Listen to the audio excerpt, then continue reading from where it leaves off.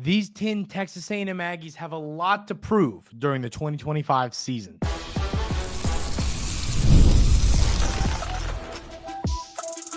You are Locked On Aggies, your daily podcast on the Texas A&M Aggies, part of the Locked On Podcast Network, your team every day. Welcome on into Locked On Aggies. I'm your host, Andrew Stefaniak. Thanks for making Locked On Aggies your first listen every single day. Today's episode is brought to you by our friends over at FanDuel. Right now, new customers get $200 in bonus bets when your first $5 bet wins. On the show today, ladies and gentlemen, we'll talk a little bit about the series coming up against the Alabama Crimson Tide. SEC plays here. I'm excited about it. A Texas A&M baseball team that's had its struggles. It's had its folks coming out and saying, hey, I don't know if this team has it. Here's your opportunity to quiet the haters coming up this weekend on your home ball field. But we're going to start the show talking a little bit about 10 Texas A&M players that have a lot to prove this season for the Aggies. And, you know, I think that the first player on this list, and to me, you know, I teeter-tottered, I seesawed with 20, different names for this list. But the name, I ended up cutting it down to 10, and the name that really was the number one for me was Terry Bussey. I think that Terry Bussey, and this is a similar conversation we had last year at this time about DJ Hicks, and ironically, he may or may not be on this list again. We'll get there when we get there. But Terry Bussey did a lot well last year. I mean, what was it? He had about 300 receiving yards. I'll pull up the exact number. But he wasn't used. I mean, and that wasn't on every down production. It was 216 yards. And that wasn't like every down production. That was like, you know, a handful of offensive snaps a game. And of course, he had that one big game against Missouri that was really a bulk of his yards. He had 76 in that one. But, you know, I stand by the fact that when you watch Terry Bussey play football, this kid's going to be an NFL player. He's just an absolute star. There's no way he's not going to be special. And I think that this year, and I've got this feeling, and we said this yesterday when I talked to, yesterday was Thursday. I'm recording this one on Thursday, but we talked about this on Wednesday when we talked about the secondary. And we kind of had that conversation surrounded like, hey, Terry Bussey, could he play a little bit of corner? The more I sit and think about this, I think they're going to stick him. They're going to keep him a receiver. I think that's the position that just suits him best. I think it is. I think he's talented, but that's why he's such a great football player, because you can stick him absolutely anywhere on the field and he can be successful. So, I think he's got a legitimate chance to be the number 2 wide receiver behind Concepcion this year. We all agree that Concepcion is going to be the guy, the number 1 wideout option for the Aggies this year, but number 2 is kind of up in the air. Could it be Craver? Could it be Jonah Wilson? Could it be ABR? Could it be Bussey? I mean, there's a lot of names that kind of fit in here, but I think that if you had to ask me right now, who's going to be the wide receiver 2 for the Aggies, I would probably tell you I think it's going to be Terry Bussey. I think he's capable of putting up 500-600 yards this year. I think he's very capable of doing that. And it's a room that, you know, I think that obviously Hudson, I still haven't heard anything on Hudson. If y'all have, let me know. But I mean, obviously I don't assume he's going to be here. So knowing that, I kind of think that Bussey is going to be the wide receiver too. I really do. I mean, I think Craver's good. I think that Jonah Wilson's a solid addition. I think that you've got good players on roster from, you know, your younger guys, but I just think Terry Bussey is going to be the guy. I really do believe that. I think he's special. I think he's talented. And I think that he's got a lot to prove this year. I mean, if he comes out and has that prove it, look, I went for 627 yards and 6 touchdowns through the air, then we probably go into next year, especially because I believe Concepcion is NFL bound when this year ends. I think that Bussey's going to be the wide receiver 1 in the 2026. So yeah, he's got a lot to prove this year. The next name on this list is Ruben Owens. I think that we've got a lot of actually our first 3 because DJ Hicks might make his appearance. But we've got a lot of the guys that the former 5 stars that have stuff to prove. And Reuben Owens is a guy that, he came in and played as a true freshman and did a lot well. Was he perfect? No. Were there some holes he missed? Yes. I mean, there were some things that he could have improved on in this game. There's no question about it. But for the most part, he showed flashes.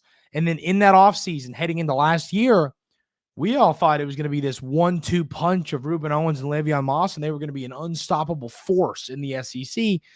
And Owens then unfortunately goes down with the injury.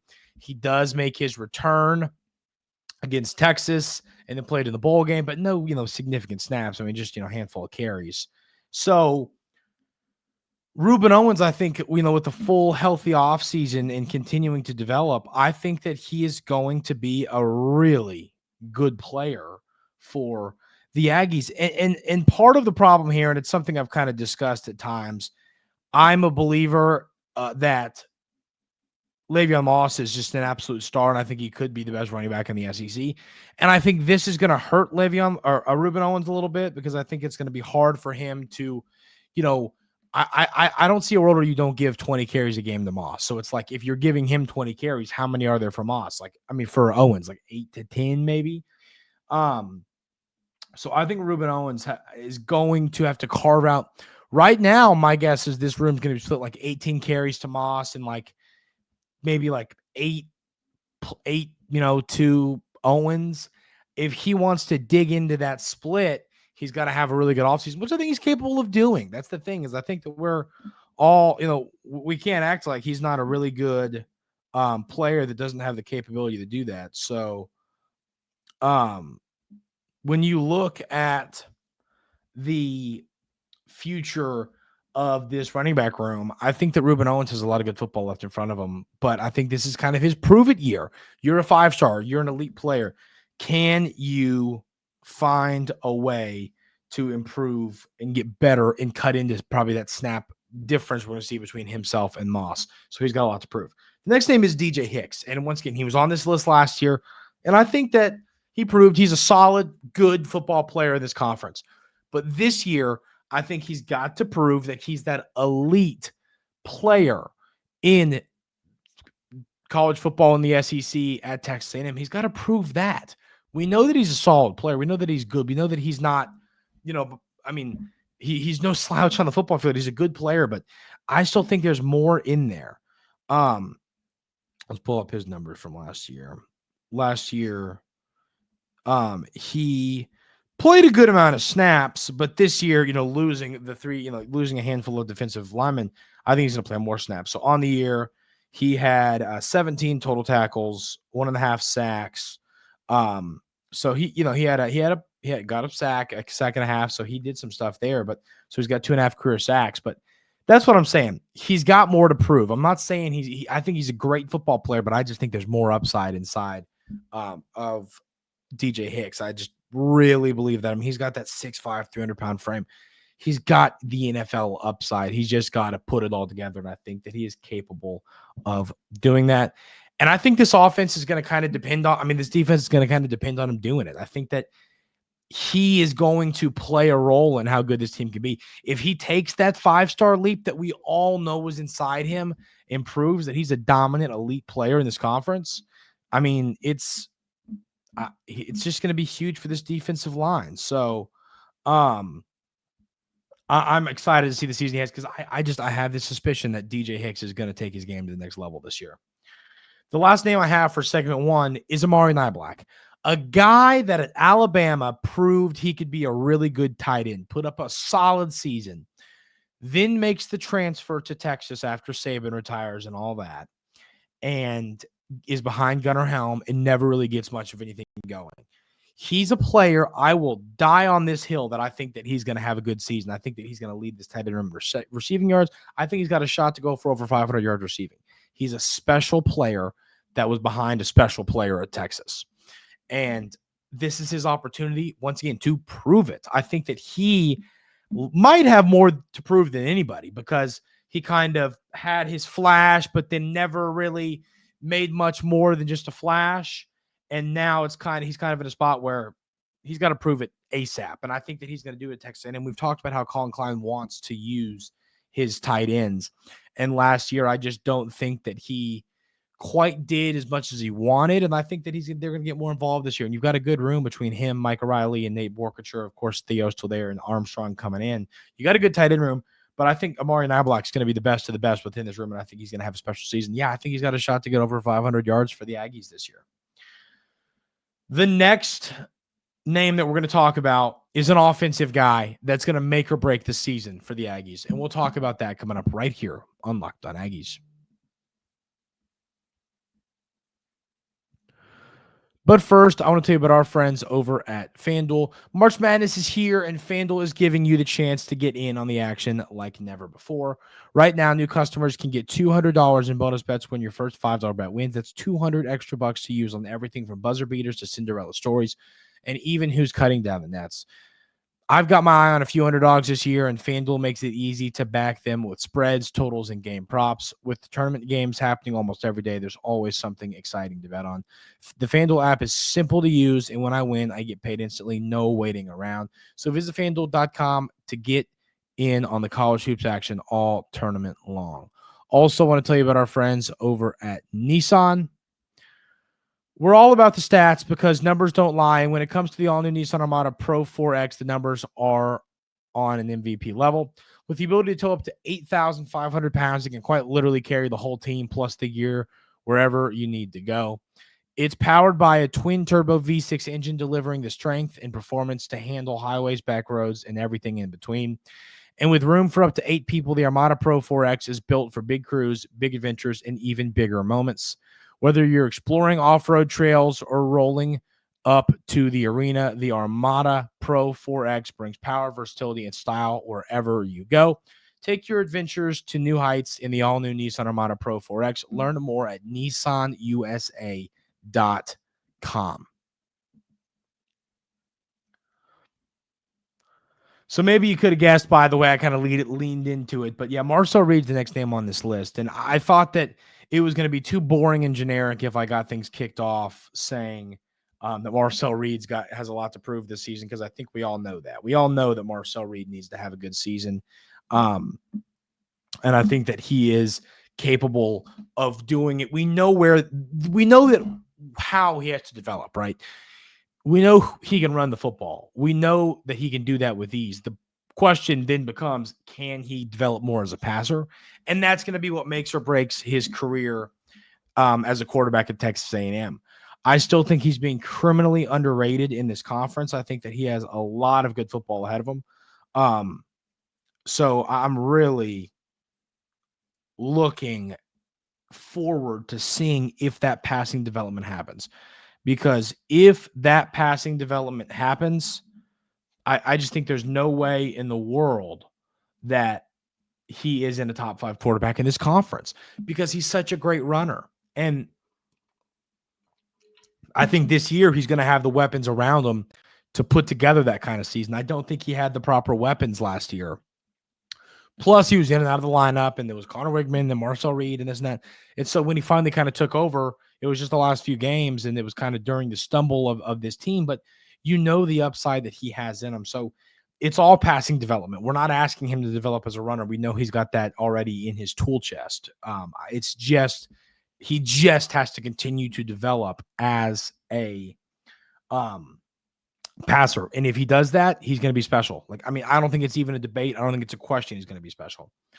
The next name I have is, and this is an interesting one, I think, it's Tariq Chappelle. And, he's a guy that has been here for a long time. He's had some good seasons. He's done some good stuff. But then I feel like it kind of, he kind of, last year the injury hurts him. And then, he announces he's coming back for he's done for the year last year. He announces he's coming back this year.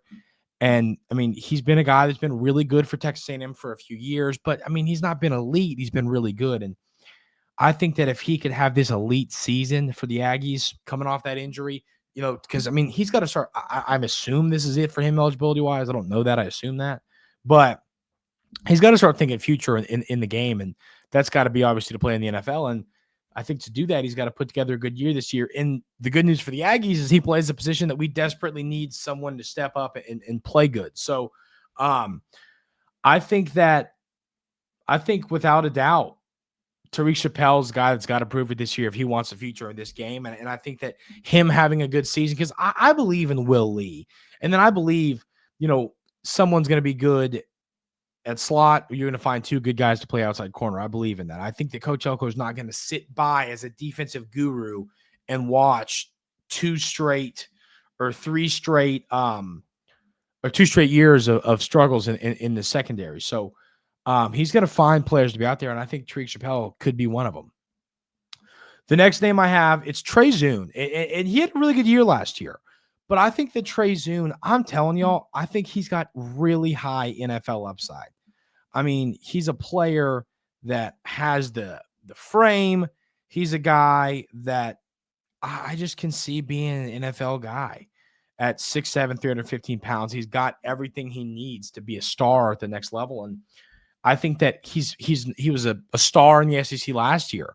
And now if he can, take one more step up and be an elite, dominant force in this conference while being the, anchor on the left side of this offensive line, I think it'd be huge for his NFL draft stock, because I believe that Trey Zune can be a day 2 pick in the NFL draft. I mean, I don't see him being a day one pick. I could see him. I think he's a day 2 pick, and I think that he's going to be a good one. I think that he's a guy that is going to have a long-term, multiple contract NFL career. I think he's a special player with the perfect frame and a high upside. So one more year of proving it in the SEC, which, I mean, as we all know, is basically the AAA for the NFL. So I think Trey Zune's got a lot to prove this year. Obviously, keeping Marcel Reed healthy, keeping him standing upright, but just for himself too when it comes to NFL draft stock.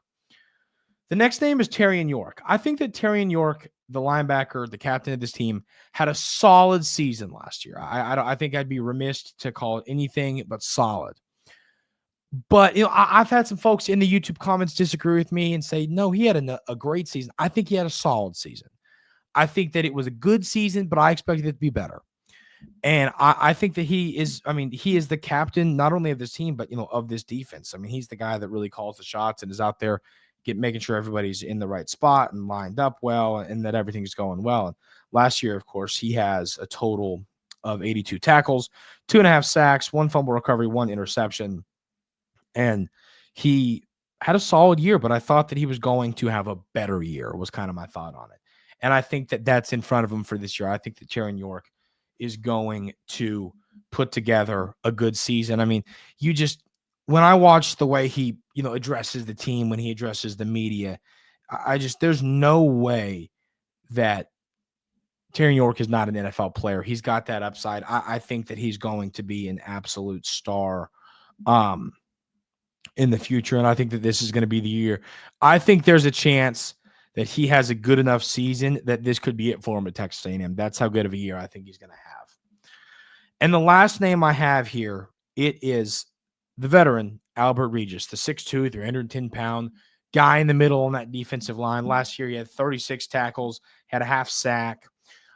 He's a guy that he's just the anchor. He's the run-stopping anchor of this defense, and I think that he's going to have a really good year. But, I mean, he's got to prove it, too. Once again, he's heading into his senior year.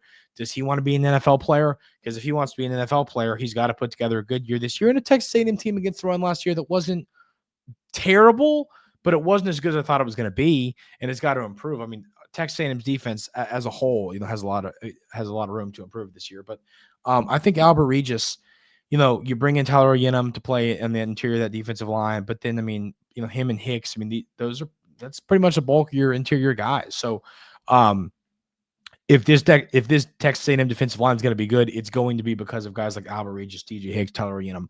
They all have a lot to prove this year. The baseball team has a massive series coming up against Alabama. It's been a struggle for Texas A&M. They've lost a lot of games. There are people questioning if this team is bad. And I think that this weekend against Alabama is your opportunity to turn things around. We're going to talk about that series coming up right here on Locked On Aggies.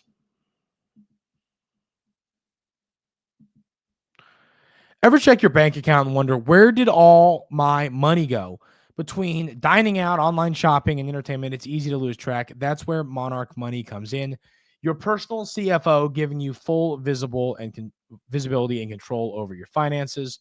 Monarch Money isn't just a budgeting app. It's a complete financial command center. You can track all of your accounts, investments, and spending in one place, so you stop just managing your money and start building wealth.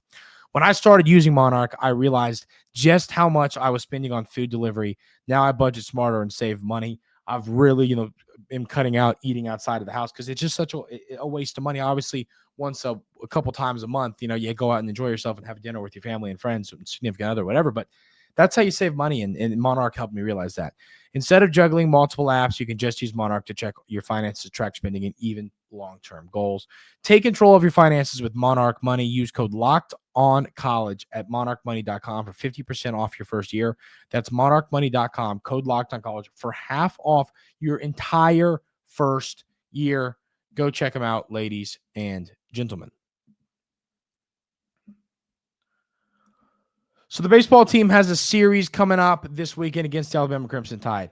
And this is a 17-1 Alabama Crimson Tide team. Now, they have a win over NC State, which is a solid win. And that's really the bulk of it. They played. Their one loss came to Presbyterian. It was actually on March 9th. It was their Sunday game, and so they lost the last game of the series. But, they're playing really good baseball right now. I'm going to pull up the stats and talk about some of the guys that have been playing well. So you've got, let's see, how many guys over 300? 1, 2, 3, 4, 5, 6, 7 guys over 300, 3 guys hitting over 400. This lineup is looking really, really nasty. Already hit 38 homers, which is absolutely insane. And then you got Justin LeBron. That's an awesome name. Who's already hit 11 bombs. That's just crazy to think about. 11 bombs. I guess in 18 games, still crazy. But and then you've got some, Riley Quick is one of their really good starters. He started 4 games this year and has a 1.76 ERA. Only struck out 14 though, but he's only pitched 15 innings, so it's not like he's gone super deep into games. They don't have anybody that's really gone deep into games yet. Their guy with the most innings is JT Blackwood, who's gone for 16 total innings. And strikeout wise, they got 167 strikeouts on 154 innings pitched, so a little over 1 strikeout per inning. But I watched some highlights from this team and watched a game last week to get prepared for the series. And yeah, they've got some good bats. They've got great bats and they've had good pitching so far. But they haven't. And I'm not saying Texas A&M's been tested, but this happens all the time. We watch these baseball teams. Texas A&M played a few good teams in Houston a few weeks ago. But still, there's a lot left out there. And so, they played Alabama played NC State's really their only impressive game and win. So I think that you always, when you get SEC play open up, you always kind of go, oh man, okay, this team maybe isn't as good as we thought, even though they were 18-0, whatever. This team is better than we thought, even though they lost a few games. So, Texas A&M, if you want to get back on track, if you want to silence the haters, if you want to tell everybody that's crawling up your behind and saying you suck to shut up, then just go and win this series, which I think is, I do think that it is realistic for the Aggies to win this series. I don't think there's any way you can look at it so that without seeing that. So really want to see Texas A&M show up and play well. I'm excited for this week series. I'll obviously be in Nashville dealing with basketball stuff. I'm actually getting ready to hit the road here in an hour or two, but recording this on Thursday. So but this is a big series coming up for this baseball team. And yeah, you win this one or sweep this one, you silence the haters real quick. That's going to do it for this week right here on Locked On Aggies. Hope everyone is in. Hopefully the Aggies are playing against Tennessee right now when you're watching this, because obviously I'm recording this on Thursday. They got a big game coming up later today against the Longhorns. I talked about that yesterday. Obviously, you're not going to want to go back and watch it now because the game's already happened. But thanks for being here. Hope everyone has a great weekend. Enjoy this baseball series. Hopefully the Aggies go deep in the SEC tournament. We get to enjoy that. Have a great weekend, and we'll see you on Monday right here on Locked On Aggies.